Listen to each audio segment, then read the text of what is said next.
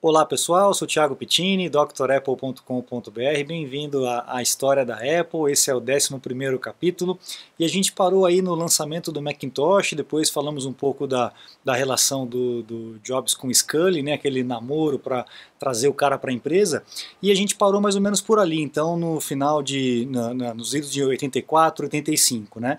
O Hertzfeld tinha tirado um tempo, né, tinha saído um pouco da empresa para poder descansar, e aí começou a relação entre o Jobs e o Scully dentro da empresa e já começou a ter algumas confusões, né?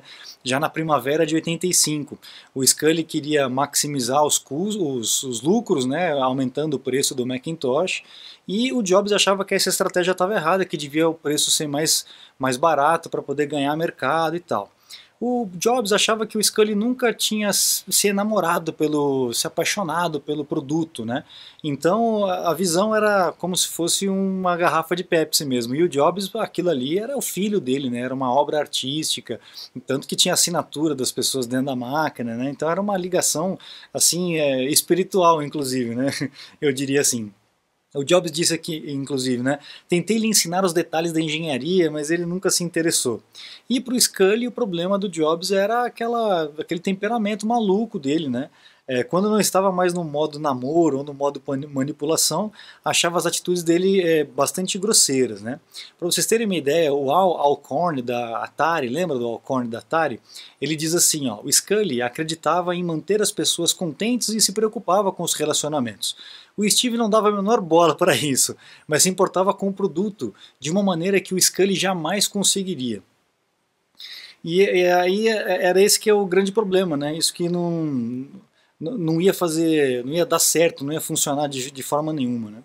Ele ainda completa aqui, ó, ele foi capaz de evitar um excesso de incompetentes dentro da Apple por insultar qualquer um que não fosse classe A. Então, assim, além de você ser um cara muito bom naquilo que você fazia, você tinha que ter a casca grossa para aguentar aquelas maluquices, as grosserias do Jobs e tudo mais, né? Então isso acabou deixando só os mais fortes mesmo dentro da empresa, né? Mas o conselho da diretoria não estava muito contente com essas brigas todas, com essa maluquice, esse tumulto todo que estava dentro da Apple, né? E aí no começo de 85, lembrando só, pessoal, que em fevereiro de 85, o Steve Wozniak já tinha saído da empresa. Ele, por conta de toda essa questão da abertura do IPO, da repartição das ações que o Jobs não quis repartir com os amigos mais próximos e o Wozniak acabou repartindo as dele próprio com mais pessoas, né? E toda essa questão do Apple I e o Apple II ter sido colocado meio que de escanteio, mesmo sendo o equipamento que mais faturava para a empresa e tal, o Wozniak ficou insatisfeito com aquela postura do Jobs, arrogante e tal, ele falou, meu, ó, quer saber? Pegar meu chapéu e vou embora. E aí ele acabou saindo, mas ele é um Apple Fellow e ele é um dos representantes, um dos porta-vozes da Apple, né? Ele tem um salário ali simbólico só para poder mantê-lo dentro da estrutura. E aí, no começo de 85, o Arthur Rock, que era um também dos diretores, ali do membro do conselho, né? Ele começou a receber outros diretores bastante insatisfeitos aí com o que estava acontecendo, chamou o Jobs, chamou o Scully e deu-lhe uma sova, né, um sermão nos dois, oh, meu, vocês têm que parar com essa criancice e trabalhar e tal. Em março de 85, pessoal, a previsão de venda para o Macintosh chegou a 10% da previsão. Acabou o mês e eles chegaram a 10% da previsão de faturamento. Então a situação estava bem crítica com relação às vendas, né? O Jobs estava cada vez mais pé da vida, né, se enfiando no escritório, maltratando as pessoas e respondendo atravessado com todo mundo e tal. Os gerentes já estavam fazendo um motim, querendo já se rebelar contra o Jobs e tal. E o diretor de marketing, o Mike Murray, ele marcou uma reunião privada com o Scully para poder comentar sobre essas coisas. O Jobs viu tudo o que estava acontecendo e foi junto para entrar junto na sala. O Murray falou, opa, Jobs, espera aí, deixa eu conversar sozinho com o Scully e tal. Então a situação estava meio temerária. Só que o que aconteceu? Por algumas semanas o Jobs ele ficou fascinado com uma tecnologia nova da Woodside Design do Steve Kitchen. Essa Woodside Design do Steve Kitchen, ele estava desenvolvendo um display capaz de reconhecer toque. Olha só, em 85, pessoal, nós estamos falando, né? Muito tempo antes de qualquer produto assim. Mas o Jobs já estava com a antena ligada com relação a isso. Falando, meu, isso aqui é muito legal. Dispensava o mouse, né? E ele poderia botar em prática aquilo que ele sempre sonhou, que era o Mac num livro, né? Um livro Mac. Acabou virando o iPad, né? Que coisa, né? Mas muitos anos depois, muito tempo depois. Bom, aí com essa loucura toda, esse frenesi todo da Woodside e tal, ele falou, putz, a gente poderia aproveitar aqui em Menlo Park, abrir um espaço independente da Apple, chamar de Apple Labs, e a gente trabalhar com essas coisas aqui. Pô, o Scully ficou felizão, falou, nossa, seria ótimo, porque daí eu deixo o cara quieto lá, ele não enche o saco aqui, né, não cria confusão aqui comigo, e ele fica lá, né, gerenciando novos produtos, novas tecnologias, qualquer coisa assim, né. Bom, o Scully achou excelente, já tinha até pensado num substituto do Jobs para a linha do Macintosh, que seria o Jean-Louis Gasset. Guarde esse nome, que a gente vai falar sobre ele mais para frente. Ele era o chefão da Apple na França, né? E ele disse que aceitaria o cargo, mas com algumas condições. Primeiro, ele não poderia estar abaixo do Jobs, o Jobs não poderia interferir dentro do trabalho dele, né? Ele queria ter domínio, ter o controle sem que o Jobs atrapalhasse. Aí as pessoas aceitaram, os membros do conselho aceitaram e tal. E o Phil Schlein, da Macy's, que também era membro do conselho, tentou convencer o Jobs a falar, meu, fica aí com uma equipe pequena, diretor de inovações, coisas assim, de inspirações novas e tal. O Jobs pensou, falou, meu, quer saber, não é isso que eu quero continuar com o Mac. Ele dobrou a aposta, né? Aí o que aconteceu? O Murray, ele acabou escrevendo um memorando dentro da Apple, e dizendo assim, abre aspas, olha só, nos meus 3 anos na Apple, nunca vi tanta confusão, medo e deterioração como nos últimos 90 dias. Somos vistos pelos subordinados como um barco sem leme, avançando à deriva para as névoas do esquecimento. Seja a causa ou por causa da deterioração, Steve Jobs agora controla uma base de poder aparentemente inexpugnável. O Murray ele já tinha jogado para os dois lados, ele já tinha ajudado o Jobs e já tinha ajudado o Scully, então era uma situação meio complicada, né? Bom, era o fim do mês e o Scully reuniu forças para chegar para o Jobs e falou, meu, olha, acabou, você está fora do Mac, né? Não vai mais comandar a divisão do Macintosh, né? Rolou uma maior brigaiada e tal, e no dia 11 de abril rolou uma reunião com a diretoria toda, o Scully informou oficialmente que queria que o Jobs renunciasse do comando do Macintosh, e aí rolou aí, não, uma brigaiada, né? O Arthur Rock estava lá, né, nessa reunião, falou, meu, olha, eu tô de saco cheio de vocês dois, tá?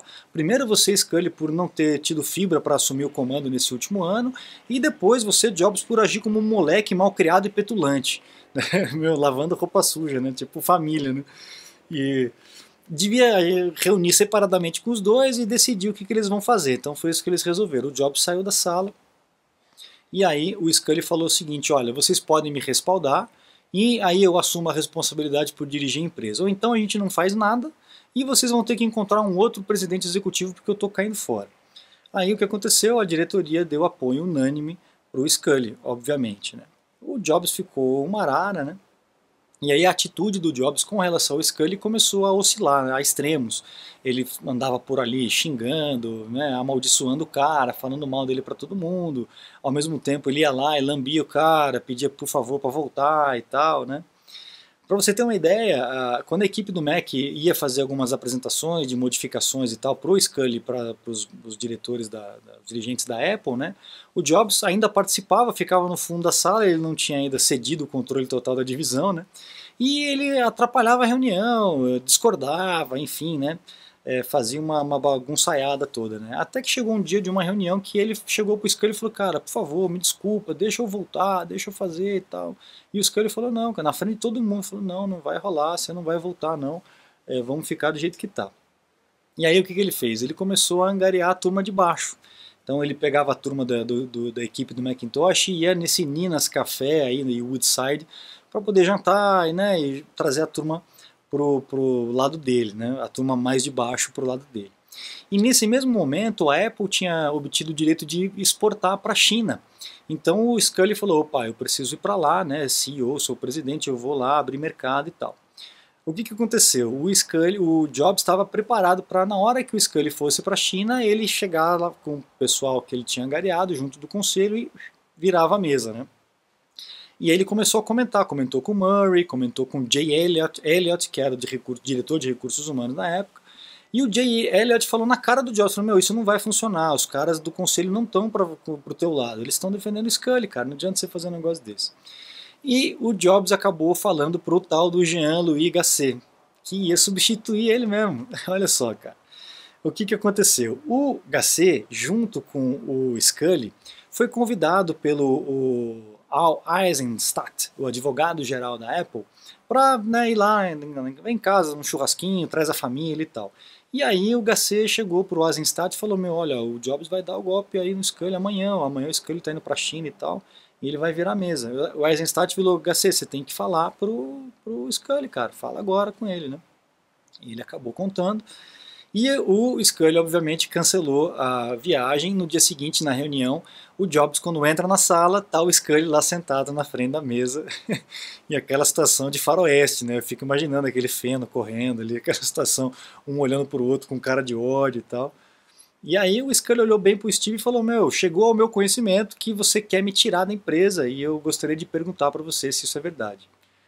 E aí ficou um tempinho de silêncio e tal, o Jobs olhou no fundo do olho do Scully, eu acho você ruim para a Apple.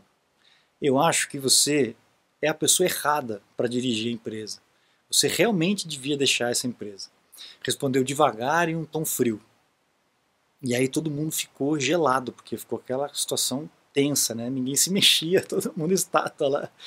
Aí a hora que o Scully conseguiu sair do modo congelado, ele voltou uma gagueira que ele tinha quando era moleque e tal, e ele falou, olha, não confio em você, não vou tolerar falta de confiança. Chegou para o conselho e falou, ó, ou eu ou o Steve, vamos votar, quem que vocês votam? E aí um por um do pessoal do conselho, um por um, foi falando, olha, Jobs, não dá para, né, vou ter que ficar do lado do Scully, gosto de você, mas o Scully, todo mundo foi ficando pro Scully. O Jobs, arrasado, falou, olha, eu acho que eu sei em que pé estão as coisas. Virou as costas e saiu fora. O Scully ficou devastado, né? E virou para o Eisenstadt e falou, meu, eu não sei se eu vou continuar, vou aguentar continuar com isso, vou conseguir continuar com isso, acho que eu vou renunciar e tal. E o Eisenstadt falou, não pode, cara, se você sair fora a Apple vai desmoronar, você precisa continuar e tal, nem que seja por um tempo e tal. Nesse meio do caminho, o Jobs pareceu disposto a aceitar aquele cargo lá na Apple Labs, né, e desenvolver os novos produtos. E aí chegou pro Scully e falou, olha Scully, me desculpa e tal, vamos conversar, vamos sair para fazer uma caminhada. Foram caminhar lá no fundo dos campos de Stanford e ficaram um tempão batendo papo, conversando e tal. Eles no final apertaram as mãos e o Jobs falou, olha, tá bom, então eu vou pensar se eu vou querer ficar no Labs e tal. O Scully falou, tá bom, vamos pensar se isso vai rolar, aquela coisa toda. Na saída, o Jobs passa na casa do Markkula e tenta chamar o Markkula para conversar. O Markkula vai no dia seguinte na casa do Jobs e o Jobs está ele com toda a tropinha do Macintosh pronto para fazer uma revolução, né? Queriam mudar o organograma da empresa, aquela coisa toda. O Markkula falou, fica quieto, é o Scully que está comandando, não vai ter revolução nenhuma e tal. E essa história dessa conversinha, que seria comer pela beirada, chegou no ouvido do Scully, né? O Scully chegou a perguntar para alguns dos diretores o que eles achavam de trazer o Jobs de volta e os caras falaram, olha, você tem o nosso apoio, mas esperamos que mostre firmeza na liderança, você não pode deixar que o Steve volte à direção. Aí ele, fortalecido com a diretoria, né, em cima dele, junto com ele, e pé da vida de ter sabido do Markkula ter conversado com o Jobs na noite anterior e tal, o Scully foi lá, entrou na cabinezinha lá do Jobs e falou, olha cara, você tá fora, acabou, pega tuas coisas, vai embora. Você não vai ter nem Apple Labs para você, acabou definitivamente. E aí a ficha caiu do Jobs, ele entendeu que realmente não tinha mais o que fazer de artimanha, de arquitetar planinho para poder continuar na Apple. Ele foi embora para casa, entrou num fosso, né? E dali para frente a vida dele vai seguir por um lado, a vida da Apple vai seguir por um outro e eles vão se encontrar um pouco mais para frente. Então o Steve Jobs passa por um problema todo, né, emocional, até ele se recuperar, aí ele funda a Next, aquela coisa toda que a gente já conhece. Eu não vou entrar nesse lado porque a gente está contando a história da Apple, vou contar o que aconteceu com a Apple nesses outros anos, longe do Steve Jobs, nos próximos capítulos. Certo, pessoal? Então eu fico por aqui, agradeço a vocês, muito obrigado por estar assistindo, acompanhando comigo, e eu aguardo vocês aí no próximo capítulo, 12º de A História da Apple. Um grande abraço e até a próxima. Tchau, tchau.